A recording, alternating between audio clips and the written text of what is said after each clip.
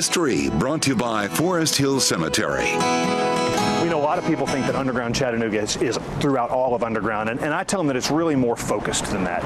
Underground tends to focus, I think of the focal point as 7th and Cherry Streets, and then really around in that area and coming up Cherry Street, and now, here we are in Patton Parkway, and we've now started to see that maybe there are some underground sites in this area, sort of at the foot of Irish Hill.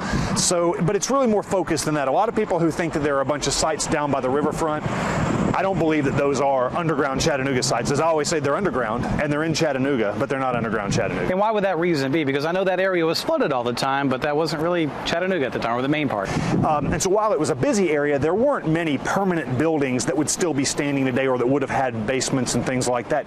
So you really don't see that. And the buildings that exist there now were for the most part built after the Underground Chattanooga thing had already occurred. So that's why, in my mind, those things don't necessarily check out as Underground Chattanooga site. But there have also been some people who floated the concept that some of this was simply because of the uneven nature of the streets, that some of these areas were sort of down in a ditch a little bit, and they were building to try to sort of even things out. And that makes some sense in that era of streetcars and things like that, that you wanted things to be more level, you wanted things to be more normal without gullies or weird grades. So that's another alternative theory. And barely a week goes by that someone doesn't say to me, how can I get into Underground Chattanooga? And of course, most of these are private buildings, and it's sort of dangerous getting down there, and it's dirty, and so you can't go down and see it. But what you can see is the evidence from the outside. Along 7th Street, you can see some of the tops of arched windowways that you wouldn't put in at the street level now. You can see that too in some of the alleys off of Cherry Street and off of 7th Street, that you can see some of the old, someone has said, well, could those have been coal bins? But you wouldn't have had 6 of them in the same building. So, those are some of the interesting, as I always say, it's the mute evidence of Underground and what might be down there. And those are really the best ways for people to see. And then, a lot of the images that we can see on the internet and things of where people have been in there. Why is there such a mysterious aspect to it all? That's a great question. I don't know. People are so interested in Underground Chattanooga. If you said to me, what's the #1 thing people ask you about in Chattanooga's history? I'd say Underground Chattanooga without a doubt. And I guess it's just that idea that people have not been down in it. It has this great sort of lost history, like Al Capone's vault. What might be down there? What might we find? What might be hidden away? And I think it's that idea almost that you can go down there and it's a preserved relic of yesteryear. Now, I've always thought it would be neat if someone would, take one and turn it into some, sort of underground restaurant or bar or something, that you would be able to see those things.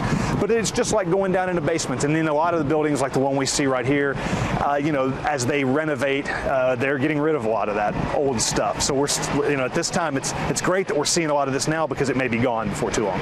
The discussion of Underground Chattanooga has been going on for a number of years, but recently, during the reconstruction of the Ross's Hotel, one of the best examples was discovered.